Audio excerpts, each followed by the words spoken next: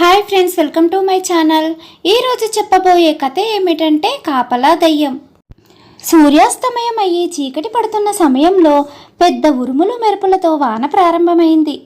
అప్పటికి కొన్నాళ్లుగా ఎక్కడైనా ఉద్యోగం దొరుకుతుందేమోనని ఊళ్ళు పట్టుకు తిరుగుతున్న కిరీటి ఆ సమయంలో ఒక చిన్న గ్రామాన్ని సమీపిస్తున్నాడు.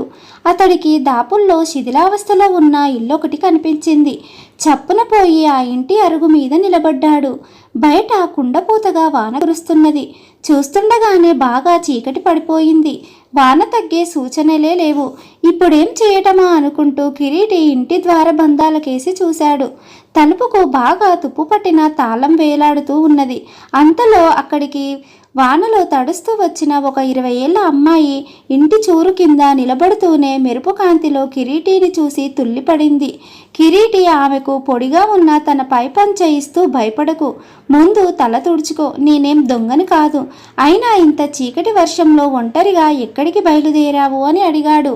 ఆమె కొంచెం తటపటాయించి కిరీటి మొహం కేసి ఒకసారి పరీక్షగా చూసి, ఈ పక్క గ్రామంలో ఉన్న మా బంధువుకు జబ్బుగా ఉంటే చూసి వస్తున్నాను. బాడుగ బండివాడు ఆఖరి క్షణంలో వాన భయం వల్ల బండి కట్టననేశాడు. ఇప్పుడు ఈ వానగాలిలో ఏం చేయాలో తోచటం లేదు. మా ఊరు ఇక్కడికి అరకోసు దూరంలో ఉంది అన్నది. అంతలో పాడుబడ్డ ఇంటి కిటికీలో నుంచి గబ్బిలం కీచుమంటూ ఆమె తల మీదుగా ఎగిరిపోయింది. ఆమె భయంతో కెవ్వుమన్నది. కిరీటి నవ్వి, వర్షంలో ఒంటరిగా రావటం చూసి చాలా ధైర్యవంతురాలివనుకున్నాను అన్నాడు. ఆమె సిగ్గుపడుతూ, నాకు దొంగలన్నా, చీకటన్నా, పాములన్నా భయం లేదు, కానీ దయ్యాలంటే మహా చెడ్డ భయం. పాడుబడ్డ ఇళ్లలో దయ్యాలుంటవి కదా అన్నది. తర్వాత ఆమె తన పేరు శిల్ప అని చెప్పింది. కిరీటి ఒక క్షణం ఆగి, చూడు శిల్ప, మనకు ముందు తెలియదు కానీ మన చుట్టూ ఉన్న మనుషుల్లో దయ్యాలను మించిన వాళ్ళున్నారు. నా సంగతే చూడు, మా నాన్న చనిపోయాక బంధువు అంటూ ఇంట చేరిన వాళ్ళు నన్ను రకరకాలుగా మోసగించి ఉన్న కొద్దిపాటి ఆస్తి కాజేశారు. నేను బతుకు తెరువుకు ఉద్యోగం కోసం వెతుకుతూ తిరుగుతున్నాను. నాకు దయ్యాల కన్నా మనుషులంటేనే భయం అన్నాడు. పోనీయండి, ఈ రాత్రివేళ దయ్యాల ఊసెందుకు అన్నది శిల్ప. వర్షం తగ్గే సూచనలు లేకపోవటంతో కిరీటి ఇక మనం ఈ రాత్రికి ఈ ఇంట్లోనే తలదాచుకోక తప్పదు అని తుప్పు పట్టిన తాళాన్ని గట్టిగా లాగాడు. అది చేతిలోకి ఊడి వచ్చింది. అంతలో లోపలి నుంచి ఎవరు వాళ్ళు, నేను దయ్యాన్ని, జాగ్రత్త, లోపలికి రాకండి అన్న కేక వినిపించింది. శిల్ప వణికిపోతూ కిరీటి చేయి పట్టుకొని, వర్షమైతే అయింది, పారిపోదాం రండి అన్నది. కిరీటి ఆ మాటలు వినిపించుకోకుండా కాలితో తలుపును గట్టిగా తన్నాడు. అది విరిగి దబ్బీమని వెనక్కు పడిపోయింది. అతడు చీకటిలోకి చూస్తూ, మేం మనుషులం, దయ్యాలకు దడవని వాళ్ళమంటూ లోపలికి వెళ్ళాడు. గది మధ్య ఒక ముసలి దయ్యం కూర్చొని ఉంది. అది కిరీటిని, శిల్పను చూస్తూనే ఎంత ధైర్యం, ఎంత పొగరు, నిలువుగా చీల్చేస్తా అన్నది. అదేదో తర్వాత చేద్దువు గాని ముందు ఈ సంగతి చెప్పు, ఈ పాడు కొంపన నువ్వు కాపలా కాస్తున్నది అని అడిగాడు కిరీటి. ఆ ప్రశ్న వింటూనే ముసలి దయ్యం ఏడ్పు ముఖం పెట్టి, ఛీ, ఈ కొంప అంటే నాకు పరమ చీదర. నా పెళ్ళాం పిల్లలు డబ్బు కోసం నన్ను జలగలాగా పట్టుకొని నానా హింస పెట్టేవాళ్ళు. హవ్వ సంపాదించటం ఖర్చు పెట్టడానికా? నేనేం వాళ్ళ పప్పులు ఉడకనివ్వలేదు. నీ కాపలా కాస్తున్నది ఇక్కడ దాచిన నిధిని అన్నది.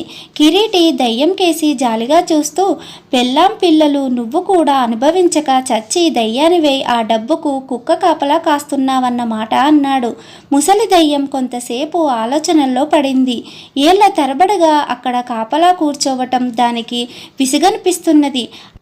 అది గది మధ్య ఒక చోట తవ్వి పెట్టనొక దాన్ని పైకి తీసి మూత తెరుస్తూ, ఈ డబ్బంతా నువ్వు తీసుకో, నాకు ఈ కాపలా బాధ తప్పుతుంది అన్నది. కిరీటి పెట్టెలోని నాణాలు కొన్ని తీసుకొని చూసి, నువ్వు చచ్చిపోయి చాలా పెద్ద కాలమే అయినట్టుంది, ఇప్పుడు ఈ రాగి సొత్తు నాణాలు చెల్లవు అన్నాడు. అయ్యో అలాగా అంటూ దయ్యం పెద్దగా ములిగింది. ఆ మరుక్షణం దానికి గబ్బిలం ఆకారం వచ్చింది. అది కీచుమంటూ పెట్టెలోని నాణాల మీద ఒకసారి వాలి తుర్రుమంటూ బయటకి ఎగిరిపోయింది. కిరీటి పెట్టెను దయ్యం తవ్విన గుంటలో పడవేసి గట్టిగా చేతులు దులుపుకుంటూ శిల్పకేసి చూశాడు. శిల్ప ఆశ్చర్యంగా, అబ్బా మీరెంత ధైర్యవంతులండి అని. నా ధైర్యానికేం గాని ఈ రాత్రికి మనం ఇక్కడ కాలం గడపక తప్పదు అన్నాడు కిరీటి. ఇద్దరు గదిని సాధ్యమైనంతలో శుభ్రం చేసుకొని నిద్రపోయారు. తెల్లవారి కిరీటి నిద్ర లేచేసరికి శిల్ప అరుగు మీద నిలబడి రాత్రి గాలివాన దెబ్బకు విరిగిపడిన చెట్లకేసి చూస్తున్నది. చాలా పెద్ద గాలివానేనన్నమాట. రాత్రి మనకు ఈ దయ్యపు కొంప దొరకటం అదృష్టం అన్నాడు కిరీటి. మీకు మరొక అదృష్టం ఎదురవుతున్నది. మా నాన్న దగ్గర మీకు ఉద్యోగం ఇప్పిస్తాను. అయితే అందుకు చిన్న కథ ఒకటి కల్పిస్తాను. రాత్రి వర్షంలో దొంగలు నా నగలు కాజేయాలని చూస్తూ ఉంటే మీరు రక్షించారని చెప్తాను అన్నది శిల్ప. కిరీటి ఏమీ మాట్లాడకుండా తల ఊపి ఊరుకున్నాడు. తర్వాత వాళ్ళు బయలుదేరి శిల్ప ఊరు చేరేసరికి మధ్యాహ్నమైంది. చుట్టూ పండ్ల చెట్లు, రకరకాల పూల మొక్కలు ఉన్న శిల్ప వాళ్ళ పెద్ద డాబా ఇల్లు చూడగానే కిరీటి శిల్ప వాళ్ళు చాలా ఆస్తిపరులని గ్రహించాడు. శిల్ప తండ్రి ఆమెను చూస్తూనే, క్షేమంగా వచ్చావా తల్లి? నువ్వు ఇల్లు చేరలేదన్న బెంగతో నాకు రాత్రి నిద్ర లేదు అన్నాడు. శిల్ప తండ్రికి కిరీటిని చూపిస్తూ తాను కల్పించిన కట్టుకథ చెప్పి, ఈయన చేసిన సహాయానికి నువ్వేదన్నా ఉద్యోగం ఇవ్వాలి నానా అన్నది. ఉద్యోగమా? ఒక ఉద్యోగం ఇచ్చినంత మాత్రాన నా రుణం తీరుతుందా అంటూ శిల్ప తండ్రి కిరీటి రెండు చేతులు పట్టుకున్నాడు. కిరీటి ఆయనతో, క్షమించండి, మీ అమ్మాయి చెప్పింది నిజం కాదు. నేనే దొంగల బారి నుంచి ఆమెను రక్షించలేదు.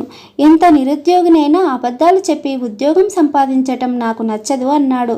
శిల్ప తండ్రి కూతురికేసి అయోమయంగా చూశాడు. శిల్ప నవ్వి జరిగిందంతా తండ్రికి చెప్పి, ఆ మధ్య కొంతకాలంగా నా పెళ్లి ప్రయత్నాలు చేస్తున్నావు కదా నాన్న, ఈయన నాకు నచ్చాడు. అయితే మనిషి మనస్తత్వం ఎలాంటిదో తెలుసుకునేందుకు చిన్న నాటకం ఆడాను. అబద్ధాలాడి సంపాదించే ఉద్యోగం ఇష్టం లేదన్నాడంటే ఆయన నిజాయితీ తెలుస్తూనే ఉన్నది అన్నది. శిల్ప తండ్రి ఎంతో సంతోషపడిపోతూ కిరీటికేసి ఒక్కసారి చూసి భార్యను పిలుచుకొని వచ్చేందుకు గబగబా ఇంట్లోకి వెళ్ళాడు. కిరీటి శిల్పతో, మీ అంతస్తుకి నేను తగినవాణ్ణి కాను, మరొకసారి ఆలోచించుకో అన్నాడు. శిల్ప చిరుకోపంతో, ఇక్కడ అంతస్తుల గొడవలు తేకండి. మీ ధైర్యం, నిజాయితీ నాకు నచ్చినాయి. ఒకవేళ నేను మీకు నచ్చకపోతే ఆ మాట చెప్పేయండి అన్నది. ఆస్తిపాస్తులు పోయి నిరుద్యోగుల ఊళ్ళు పట్టుకు తిరగటం మేలే అయ్యింది.